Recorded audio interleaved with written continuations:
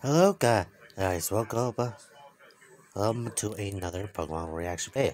This time we're going to be reacting to MandJtv's video on his first ever nuzlocke. So, without taking longer, let's get this video. Fans, Michael here, and today I will be regaling you with the story of the first Pokemon Nuzlocke that I ever attempted, and it was miserable. For those that don't know, a Nuzlocke is a type of Pokemon playthrough intended to both make the game harder and make it a lot less fun.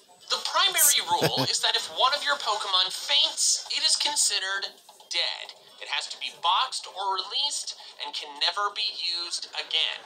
Some secondary rules that most Nuzlockes use are that you can only catch the first Pokemon you encounter in any given area, you have to nickname all of your Pokemon, and if you lose a battle, whether you have a live Pokemon in the PC or not, you lose the Nuzlocke. Yeah, in fact, you could actually do multiple attempts of a nuzlocke. Like, I'm currently on my second attempt of my Fire Red Nuzlocke because I lost to a channeler in Lavender Tower. That's going to take me some time to get back to where I was. So, okay. It's over. You suck. Go home. My first Nuzlocke occurred in the summer of 2016, right before and at the beginning of my senior year of college. My YouTube channel was doing pretty well at the time, but I wasn't sure if it was doing well enough for me to go full-time with YouTube once I graduated the following spring. Yeah, in fact, I'm probably not going to do YouTube full-time once I actually, start making money from a different job or something. I'm really going to have to go do job hunting, damn it. Okay. To some ideas and encouragement from family and friends, I decided the best way to make my income reliable enough for me to go full-time was to start making Let's Play content. It didn't have as much of a chance to go viral. Yeah, which is basically what I do. Along with some reaction videos and other content. I'm planning on, maybe branching off a bit, but still, I could post it more regularly and they could be made with much less time than a regular video, so it would make my earnings more stable. At the time, with the exception of brand spanking new games, the types of Pokemon Let's Plays that tended to perform the best were Nuzlockes. And since I wanted the Let's Play to do well, I decided to attempt a Nuzlocke for the very first time. I did it in Pokemon Platinum because that was the game that my viewers voted for. The playthrough is still here on this channel in its entirety, so if you want to watch it as it was originally presented, you can. However, it's 39 episodes long that are half an hour each, totaling to almost 20 hours of content, which I would understand. Jeez. So if you guys want me to, react to those individually, go ahead and leave a comment down below, because oh my god, we are probably going to want to go watch it in its entirety. And it's a bit much to absorb. That's why I wanted to make this video, so you could still get the story of what happened in a more condensed format. So don't forget to subscribe to my channel, tap that bell for notifications. Probably going to have to react to all of them. You know the drill. And let's get started with the story of my first ever Pokemon Nuzlocke. Episode 1 of the series begins in my room at my parents' house in June of 2016. And yeah, I know it was a mess. I was simultaneously working a full-time internship that I hated, trying to be very consistent with YouTube, and also have a social life and spend time with Jubilee. So, a lot of things like cleaning my room and exercising got put on the back burner. I named myself Michael, of course, but I named my rival Poop. People order our patties. Ah, Poop. The starter I picked was Chimchar, partially because I hadn't used it in a very long time, and partially because I read some advice online telling me it was the best equipped for a Nuzlocke. My first rival battle was extremely close, with Chimchar getting the KO with only 2 HP left, so I was very hyped when I won. Nowadays, I know that Nuzlocks are not considered to begin until you have Pokeballs. So even if I lost that... Yeah, in fact, I actually do play with that because, again, you probably want to, like, get Pokeballs because I don't really like starting the run where I start the game because that probably will, because then again, you're probably going to, like, maybe want to, you maybe want to actually start out with, like, maybe having all areas accessible, or and actually start getting mons, like, almost right off the bat. I would not have lost the Nuzlocke. But in the moment, I didn't know that, so I was very hyped that I didn't lose the Nuzlocke immediately. Once I could nickname Chimchar, I nicknamed it Ludicrous for no other reason than the name being fun and it popping into my head at the time. My first encounter was a Bidoof, which I did not intend to use, but I named it Godsend anyways. My next encounter was Starly at Lake Verity. Yeah, in fact, that was amazing. Which I was excited about since Staraptor is excellent. I named it Defcon. On Route 202, I found Shanks, which at the time I didn't realize was actually guaranteed since I had Dupe's Claws active, which allows me to pass on Pokemon that I've found before. Since I already had Starly and Bidoof, and it wasn't nighttime, so Kricketot could not spawn, Shanks was what I got. Thankfully, it had Intimidate and not Rivalry, and I named it Gigawatt. Spelled like Gigawatt, but pronounced like how Doc Brown says it in Back to the Future. I progressed through Jubilife uneventfully, then found my encounter on Route 204, which was disappointingly a Wurmple. My first rival battle was relatively tame. I was afraid of Piplup for a bit, but it didn't go for any water moves, so it turned out fine. A little while later, Ludicrous evolved, which... Yeah, I don't think the rival, like, maybe goes for water type attacks. Maybe so less frequently. It's very exciting since it surprised me. I wasn't sure whether it evolved at level 14 or 16, so was excited that it happened sooner. I then made it to Orberg and caught a Ponyta just north of it. Yeah, probably will be better. Probably will be better sooner rather than later because Chimchar doesn't learn any fighting moves until it evolves. So I'm not sure if that's true. May have to look at... Yeah. Prior to Rourke's battle, I decided I wanted a Psyduck, because it was a water type that would help out a lot, and I wasn't sure Monferno would be enough. Psyduck can be found in the Orberg Gate, so to increase my chances of it being my encounter, I caught a Geodude in Orberg Mine.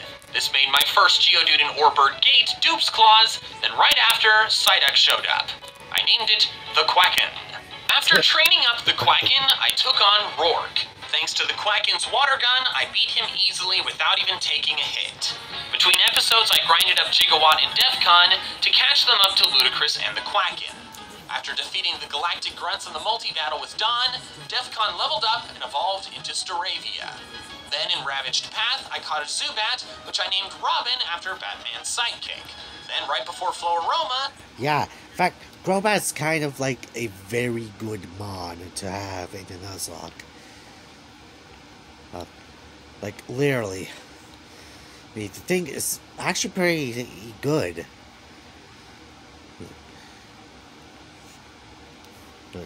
But in fact, I've been using one in my Pokemon Gaia team. Gigawatt evolved into Luxio. I made my way into the Valley Windworks, and my encounter outside of it was a Shellos. After a few uneventful grunt battles, it was time to take on Mars. Gigawatt easily beat her Zubat, but then I brought in Defcon against her Perugly to get an Intimidate attack drop.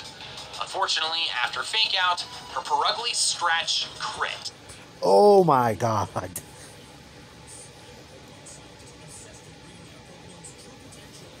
But that was brutal, jeez. Killing Defcon and giving me my first ever death in a Nuzlocke. I then brought in Ludicrous, who handled Perugly pretty easily. I was pretty frustrated. I was really looking forward to using a Staraptor on my team, but then that dream and the Staraptor were dead. I already hated Perugly, but this experience of it getting a BS crit and killing Meisteravia made me hate it even more. Also, as a kind of fun, but also kind of not fun fact, after I defeated the Perugly, it gave out 666 experience points. To replace my now gone flying type, I grinded up Robin to be caught up with the rest of the main squad. On Route 205, I caught up Weasel, then made it to Eterna Forest and teamed up with Cheryl. My encounter battle was risky since her Chansey was just trying to kill everything, but thankfully on the one-turn chance I had to throw a Pokeball, I caught a Budew, which I aptly named Clutch. The rest of the forest was pretty uneventful. I spent a little while training up Clutch against the trainers around Eterna, and in the process caught Meditite on Route 211 and a Bronzor in Mount Coronet.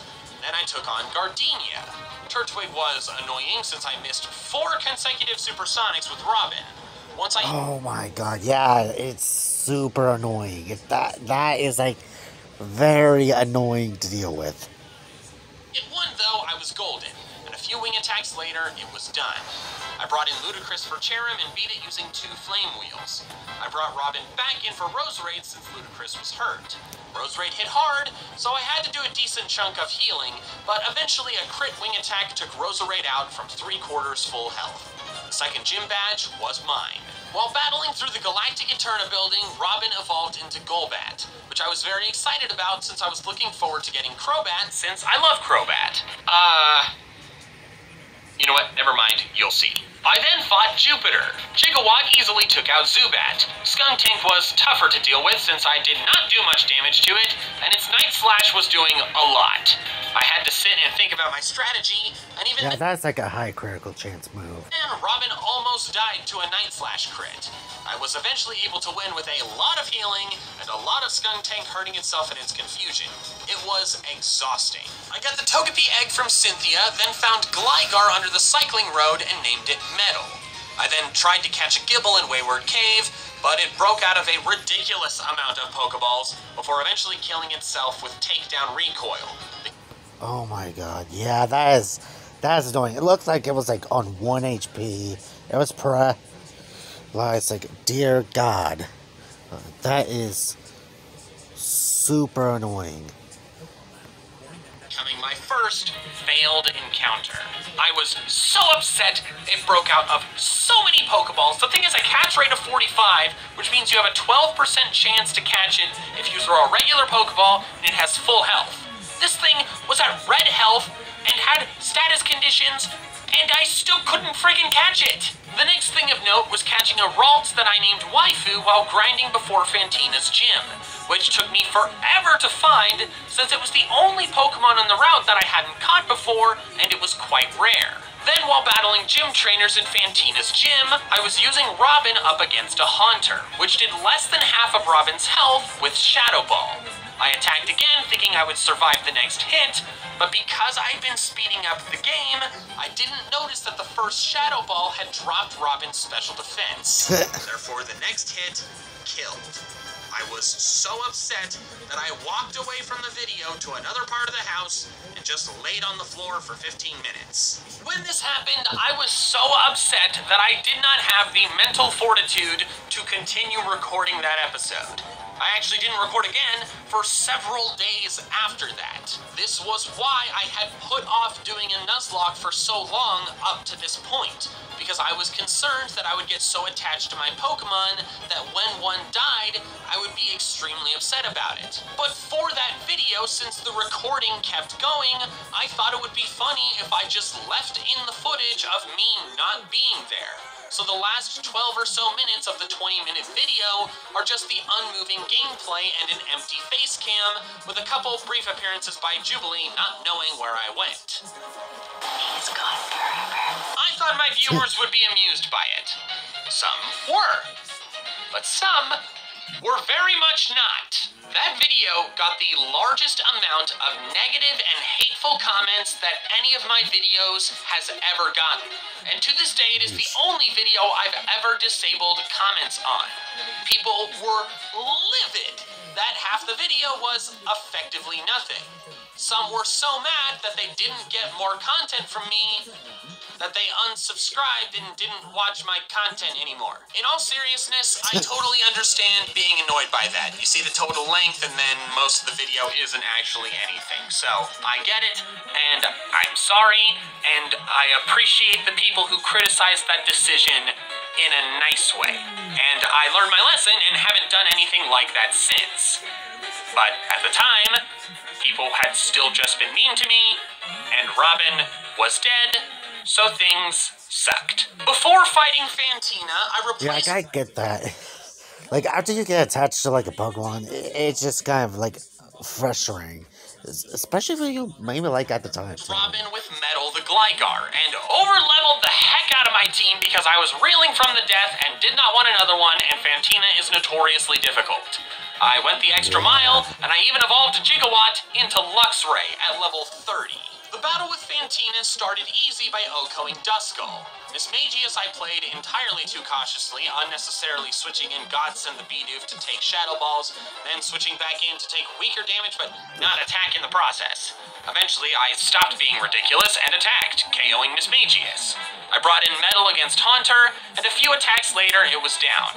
I had my third badge. The next rival battle against Poop was easy thanks to me being extremely overleveled. Then I grinded up Waifu a bit and tossed it on the team. She evolved a bit later while I battled through the Solaceon ruins. Nothing much of consequence occurred until I reached Veilstone, then headed south from there and found the hidden Razor Fang. After accidentally leveling Metal up before it was nighttime, I leveled him up again and he evolved, giving me a Gliscor. After some grinding, I evolved Waifu into Gardevoir and the Quacken into Golduck. Quite some time later, Clutch finally evolved into Roselia. Jeez, that's kind of a genuinely at level 31. Yeah, this nuzlocke taught me many lessons, but one of them was that if you want to use a Roserade on your team in Platinum, don't catch a Budew! Just wait until you can catch Roselia on Route 208 before Heart Home, because it'll save you so much pain having to deal with the stupid friendship evolution. If you're playing Diamond and Pearl, maybe getting Budew earlier makes sense since you can't catch Roselia until later in the game, but for Platinum, just wait until you get the Roselia. But honestly, the only people who are gonna pick Diamond and Pearl... Yeah, I actually did catch my Bidoof a lot earlier. Or in my Diamond playthrough. No. Over Platinum are those who prefer weirdly unbalanced regional dexes with entirely too few Pokemon of certain types and result in a Fire-type Elite Four member having less than half his team actually be Fire types. After some more training on a trip to Pastoria, I took on Maylene. Waifu handled Meta-Titan Machoke relatively easily. Ludicrous then did solid damage to Lucario, but was slower and took too much damage from Drain Punch. I brought in Metal, and oddly she didn't heal at any point, allowing Metal to finish Lucario off with a couple aerial aces, winning me the battle. I returned to Pastoria and got my encounter in the Great Marsh, a Scorepai I named Rascal. I'm mentioning this encounter even though I've skipped over a lot of the other ones, because it ends up being relevant later. After doing some more training by clearing all the trainers out between Heart Home and Pastoria, Ludicrous evolved into Infernape. I then beat Poop in front of the Pastoria gym, no problem, then headed inside to battle Wake. Gigawatt OHKO'd Gyarados, then Clutch OHKO'd Quagsire, and then Gigawatt OHKO'd Floatzel, ending the battle with little issue. I then made my way towards Celestic Town, and during a double battle with some ace trainers, Gigawatt almost died to a Gyarados. I appreciate you, Gigawatt, for not dying to a Pokemon that you have a 4x type advantage against. Yep. I arrived in Celestic Town and took on Cyrus in the cave, and the battle was pretty easy, as I OHKO'd all of his Pokemon. Now able to surf, I headed off to Canalave to take on Poop once more, and like most of my recent battles with him, it was pretty easy. I then went off to Iron Island, and Riley was extremely unhelpful, resulting in a few 2v1 battles that were close calls with deaths. After getting through the segment with him, I finally found the Shiny Stone, allowing me to finally evolve Clutch into Roserade. After finishing with Iron Island, I headed off to grab both an Encounter and the Flamethrower TM from the Fuego Ironworks. After entirely too long struggling with the Arrow Tiles, I got the Flamethrower TM to teach to Ludicrous to better prep for the battle with Byron. My encounter outside was Magmar, but it almost KO'd Waifu and was being extremely frustrating to catch, so I eventually gave up and killed it. I then returned to Canalite to battle Byron. Ludicrous O-Code Magneton and the Quacken O-Code Steelix. A little bit more persistent. I was scared of Bastiodon due to Metal Burst being capable of doing double damage back, so I did some intentionally weak damage to break Sturdy, then the Quacken defeated it with Surf. 6 badges were now mine. Side note, probably a good idea. At the time, I didn't realize that Sturdy did not behave like a Focus Sash until Gen 5. So I was safe to OHKO it if I would have OHKO'd it without having to break Sturdy. Sturdy at the time only protected from OHKO moves like Fisher. But it turned out fine, so who cares? After story time at the library and a loud explosion, I head to Lake Valor to take on Saturn. After a bit of confusion and annoyance, Gigawatt beat Golbat, then Metal defeated Toxicroak with 2 hits. Ludicrous then finished off Bronzor. I head off to Lake Verity to get vengeance on Mars for killing Defcon. Her Golbat was very annoying, but Gigawatt eventually handled it. Ludicrous then destroyed both Bronzor and the vile Perugly. I then began what might be the longest and most brutal trek between towns in any main series Pokemon game, Celestic to Snowpoint. Thankfully, I was able to get through without any deaths. After clearing out the gym trainers, it was time to take on Candace. Ludicrous and the Quacken took down her first 3 Pokemon with 1 hit each. Then came Frostlass, which was trickier due to knowing Psychic, which scared me out of using Infernape. Luxray got it down to about half health with Crunch, but Frostlass did big damage back. I brought in the Quacken, was able to tank a couple hits, then finish it off, winning me the battle. I witnessed Poop's failure at Lake Acuity, then headed off to Veilstone to fight my way through the Galactic headquarters. The battle with Cyrus didn't go as smoothly as I'd hoped. I anticipated him to lead with Golbat, so I led with Gigawatt. 2 Sparks would have KO'd it, but its second Ice Punch both crit and froze. I healed the HP and the freeze, and then another Ice Punch froze me again. Oh, jeez, that's perfectly honest, while I was watching this footage back, that's terrible. I don't know why I didn't just switch to Ludicrous.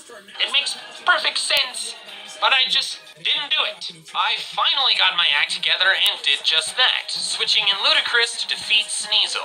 I brought in Metal to tank hits from Crobat while I healed Gigawatt, then brought it back in. After a couple turns, Gigawatt took out Crobat, then Honchkrow, winning me the battle. I then found Saturn and beat him without issue. Then came the lengthy climb up Mount Coronet to Spear Pillar. The multi-battle with Poop against Mars and Jupiter was lengthy and had some close calls, but I eventually pulled out the win without any Pokemon dying. Then came the cutscene of Giratina kidnapping Cyrus, and I entered the Distortion World. You may have noticed that I have made it this far into the game with only 2 deaths, with a very lengthy stretch with none at all.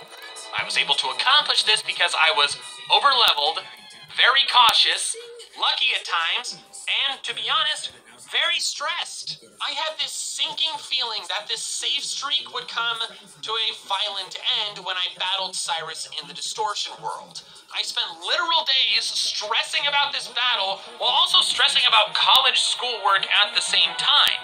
I was prepping and just terrified of his Gyarados because it knew Earthquake, and I was worried it would just obliterate my team, especially since I couldn't safely use Gigawatt against it. However, all these years later, being able to look back on what happened, I can tell you with 100% certainty that all those worries and concerns were 100% warranted. The first turn I'm able to OHKO his Houndoom with Ludicrous's close combat. He brings in Gyarados, but I intentionally don't switch when given the option in order to intimidate Gyarados without it intimidating Gigawatt. The Gyarados frustratingly went for Earthquake and not Waterfall, but the Intimidate made it do less than half. I switched in Metal on an Earthquake, then switched Gigawatt back in to intimidate it again. It froze me with Ice Fang, but that was fine since I had a full restore. I heal up and get ready to easily tank the half-attack Earthquake, but then the Earthquake crits, killing Gigawatt in 1 hit. Oh my God. It has been almost 4 years since I did this battle, and I still, to this day, get a little bit angry when I think about it. I stressed for days leading up to it, and came up with the strategy of using Intimidate multiple times to make Gyarados not a threat. And then all of that strategy down the drain in one turn because of a stupid crit. Hacks. I then brought in Waifu. Yeah.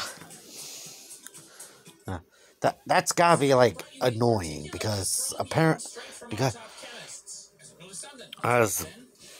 especially like at half attack.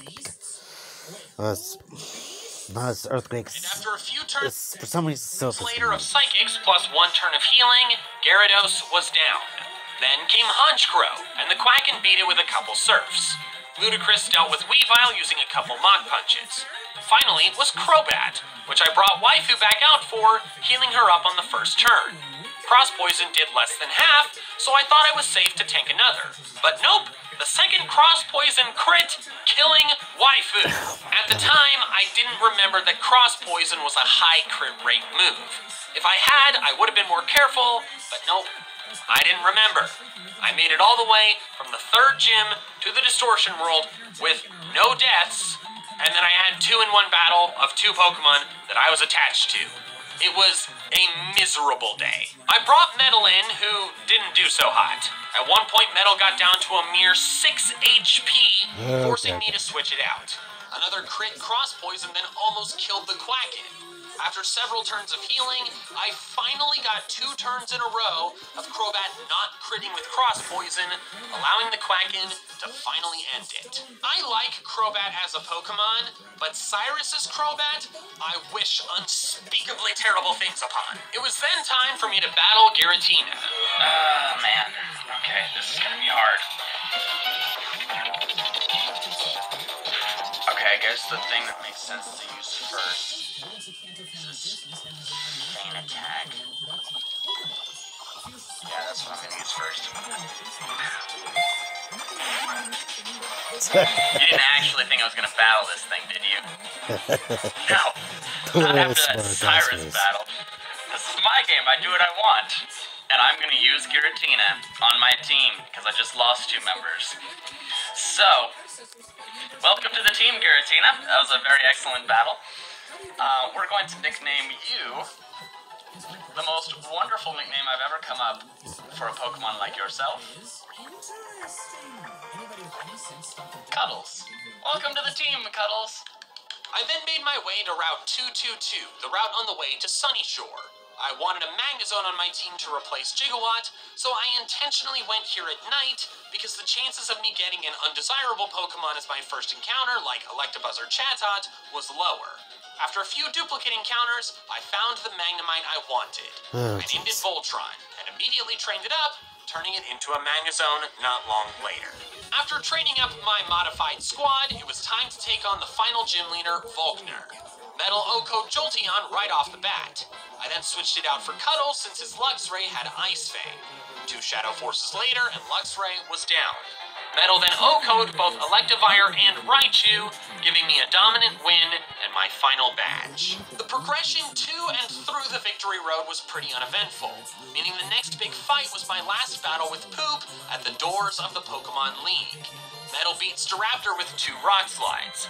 Voltron beat Empoleon with a couple Thunderbolts. The Quacken did some damage to Rapidash, but then it switched at the same time I did, bringing in Cuddles against Roserade. And Cuddles won not long later. Heracross was Oko'd by Metal's Aerial Ace, and the Quacken finished off Rapidash. Oh, how embarrassing for Giratina.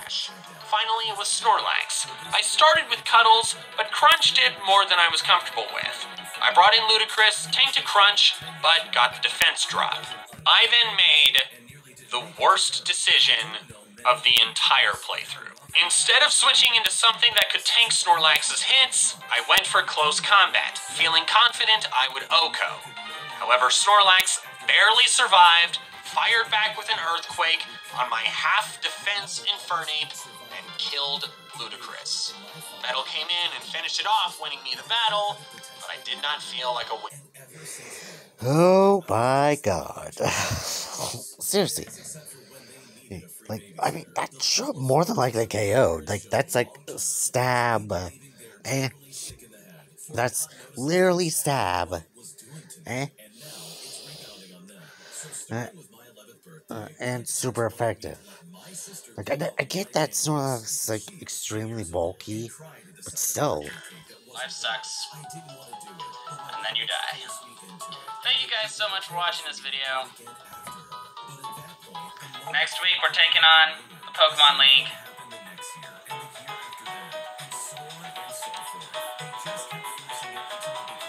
I'll get over it. I have not! I lost my starter. The Pokemon that had been with me since the very, very beginning of the game against the final Pokemon before the Pokemon League. It is the most devastating Nuzlocke loss I have ever had. The other ones were terrible, but this one just hurt on a whole nother level and made me never want to do another Nuzlocke again. But I still did several more because, God, they just got more views. Ludicrous's replacement was Rascal the Drapion, the evolved up Scoropie I caught in the Great Marsh. I chose it because I wanted a dark type for Lucian, and it was bulkier than Weavile and took less effort to create than Umbreon. Sneasel I had caught on one of the ice routes outside Snow Point, and Umbreon would have been made from the gift Eevee and Hearthome. I didn't mention those earlier because I never ended up using them. Also, grinding up Rascal was a giant pain since it was so much lower level than the rest of the team. So add grinding up a dead Pokemon's replacement to the things that suck about a Nuzlocke. The final squad was Rascal, the Quacken, Metal, Cuddles, Clutch, and Voltron, all at the probably oversafe level of 60. I really didn't want to lose, okay? The league began with Aaron. Metal's Rock Slide decimated Yanmega. Cuddles used 2 Earth powers to beat Drapion. Rascal's Fire Fang O-code Scizor, and then Metal O-code both Heracross and Vespiquen, resulting in a very easy battle. Next was Bertha. Clutch Bug's kind of like the least offensive Whiscash. The Quacken O-code Gliscor. Clutch solid. then O-code the very heavy Golem Rhyperior and Hippowdon with Grass Knot, meaning I O-code her entire team without even taking a hit. Next was Flint. Metal O-code every one of his Pokemon but Flareon, which the Quacken O-code. Another dominant win. Next was Lucian. Rascal O-code Mr. Mime, then Cuddles O-code Bronzong with a crit Shadow Force. Rascal then O-code Espeon and Alakazam, then Cuddles O-code Gallade. That means that of all of the Elite Four, the only Pokemon that I did not O-code was Aaron's Drapion. So going into my battle with Cynthia, I was feeling pretty confident. Not just that I could win, but that I could win without a single Pokemon dying. That was wrong. Voltron immediately took care of Spiritomb with 2 discharges. In comes the infamous Garchomp, and I bring in the Quacken to Ice Beam. But then, of course, the Earthquake crits, killing Golduck from full health. Did the crit matter? Yes, it did. I've done the calcs. The Quacken would have lived. I bring in Metal and exchange hits. I go for another Earthquake, then the Garchomp goes for Giga Impact, and guess what? It critical hits and kills Metal. The stupid game with the stupid crits and the stupid Garchomp. Why does anybody do these stupid fucks? Garchomp having to recharge from the Giga Impact allowed me to bring in Cuddles and finish it off with Dragon Claw. In came Lucario, which Cuddles easily tanked hits from and KO'd with 2 Earth powers. I brought in Voltron against Milotic. I missed 2 Thunders, then had to heal, but when I did land my 3rd Thunder, it crit and O-code. Did the crit matter? I don't care. I brought in Cuddles against Togekiss to best tank its hits. After a few turns, my Dragon Claws eventually wore it down. Yes, her last Pokemon was Roserade. The Togekiss at the time wasn't fairy. It was, I think it was like just normal flying or psychic flying. Cuddles O-code with Fly. I officially won my first ever Nuzlocke. So let's look back on a few interesting tidbits from this playthrough. Number 1, I finished it with a total of 7 deaths. Defcon the Staravia, Robin the Golbat, Gigawatt the Luxray, Waifu the Gardevoir, Ludicrous the Infernape, the Quacken the Golduck, and Metal the Gliscor. Number 2, Cuddles the Giratina absolutely saved my ass. It KO'd 4 of Cynthia's 6 Pokemon. I don't know if I would have won if I had a no legendaries clause. And number 3, the only member of the squad that I used for most of the playthrough to survive all the way to the end was Clutch the Rose Raid. So I guess its name was appropriate. As for my final thoughts on this playthrough, as I've probably made very clear, I hated it. It had its high points, but overall, it was a stressful experience that I did not enjoy.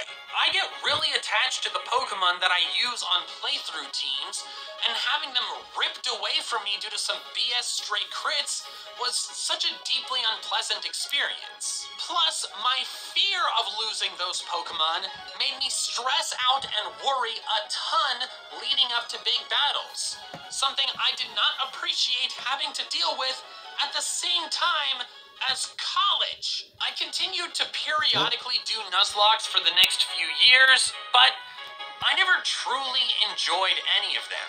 I did them because, as I mentioned, Nuzlocke playthroughs tended to get more views. But thanks to your guys' support that's grown my channel as much as it has in the last few years, I don't feel like I have to constantly be doing successful Let's Plays in order to support myself, which is wonderful. Now on the MandJTV Plays channel, if I want to do a Pokemon playthrough, I'm just gonna do whatever I want and do it for fun. This means that I am happy to be able to say that I never need to, nor intend to, do another Pokemon Nuzlocke ever again. Aside from my Metronome Nuzlocke with Pokemon 7, but those aren't true Nuzlocke because there's no permadeath, so they don't bother me. Thanks so much for watching, and an extra special thanks to my patrons. Okay, guys, so that's the video. So if you guys like this video, go down, like, subscribe, ring that bell, go subscribe to MandJTV, and see you guys in the next video.